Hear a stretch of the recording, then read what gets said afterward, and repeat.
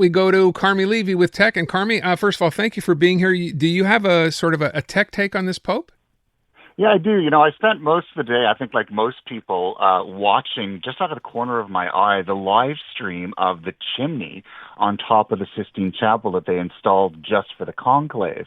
And of course, that's where you see either the black smoke or the white smoke. And I thought, how, sort of quaint it is, that this is obviously ancient technology, no technology at all to tell the world that there either is not or is a new pope by using smoke. And then I kind of realized, but wait a second, I'm watching it through a live stream. And so, this being 2025, the world has kind of, or the Vatican in particular, has recognized technology can play an integral role, even if it is an ancient tradition that is wrapped in some very low-tech protocols. And I also found it interesting that just as the doors to the Sistine Chapel were being locked as the conclave was getting underway, they made a point of saying that the cardinals had to, before they went into lockdown, essentially, they had to give up all of their devices. And I thought, how interesting that is. That how long has it been since all the cardinals went in with their smartphones and tablets and internet-connected devices and even smart watches in some cases,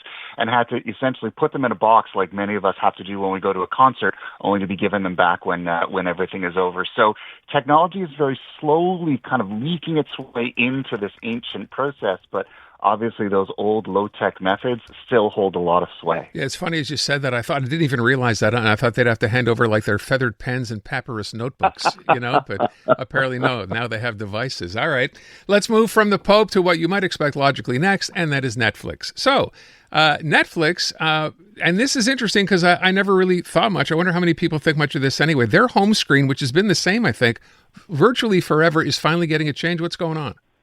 Yeah, so 2013 was the last time it got its last overhaul, and of course, since then, lots of things have changed. We've become a streaming society, and also the streaming services that we use are very different. It isn't just about watching movies and TV shows anymore. Now it's live events in some cases, or even games, and so that interface has to change. How many times have we turned on Netflix, it's family movie night. This happens in my house all the time. And then an hour later, we're still scrolling endlessly through those lines of kind of box-like options, and no one can seem to decide. And so they recognize they need better ways to surface or discover new content to get us to make those decisions right now. And so that's really what this is all about. It's about making sure that everything has like a little preview attached to it, that you're seeing fewer things on the screen, but more detail around the particular movie or show that you want to watch, and also using artificial intelligence in real time so that if you, for example, selected a particular kind of movie, maybe it was a rom-com, that the AI would immediately start showing you more rom-coms like it, and that in other words, it would customize itself using AI to your immediate needs. They already use AI in the process, and it's been around for a few years, but it only shows up in your feed after a day or two. Now they're moving to real time. So you have to lean in really closely to see the differences, but functionally, they said they've essentially rebuilt the airplane from the ground up. The back end is very different now, and hopefully those days of, family arguments because we can't find something to watch, I hope they're over. So that idea of, you watch the end of a movie or a TV series, you'll have that option, right? The thumbs up or thumbs down for whether you liked it or not. And I thought that's what they base their suggestions. That's why you have this line that says you might like this. Right. Yeah, and they do, and that's still, of course, part of it, but it isn't real time, and it doesn't provide enough information about what really makes you tick. Okay.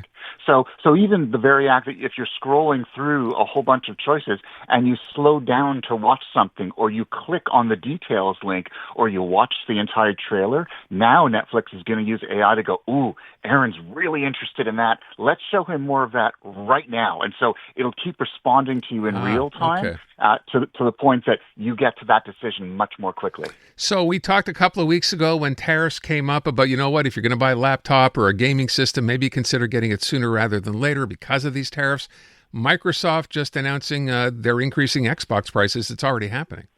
It is. As of May 1st, Xbox prices are up, and what's scary is the numbers are really big, between 20 and 25% on the consoles alone. Yeah, this is big stuff. And they're also driving prices up on accessories, for example, controllers, headsets. Games, they're holding the line on games for now, but they're saying over the next few months, game prices are going to go up too. Expect that a full-on sort of title that you buy directly could very well be into the $100 and up range. So, and they're not saying explicitly that it's tariffs, but we know full well, because we know every other tech company has either quietly or not so quietly announced price increases as well because of the trade war. So Microsoft is just joining the herd. Interestingly, a couple of weeks ago, Nintendo introduced its Switch 2, and it was a lot more expensive than the original Switch, and they're also bumping up prices on games, and that caused a lot of people in the industry to go, whoa, what's going on? So it looks like Microsoft is essentially following Nintendo's lead. Gaming is about to get a lot more expensive than it has been, and even if the tariffs go away, I would expect a lot of these prices are going to stay higher than they have been traditionally. And not likely to stay, right? If it's starting to happen now, we're likely to see this continue to happen. We are, and so I mean, it means you may still be able to find if you're in the market for an Xbox, you may still be able to find one in inventory that has not been affected by, by the price increase. So if you want to buy one, buy it now or forever hold your peace, because it's about to skyrocket. All right. You know what? There's nothing but good news here today. This is going up. Everything else is going up. And by the way, if you were holding off, I think of kids, right, going into a new school year.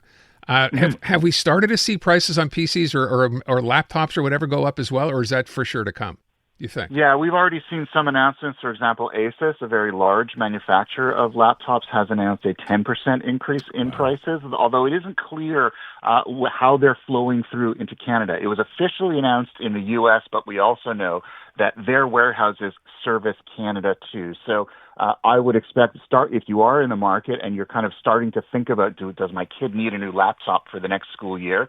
Start looking at prices now and start locking in your votes, because the longer you wait, the higher the prices are going to go. Carmi Levy, CTV Tech Analyst. Carmi, thanks so much.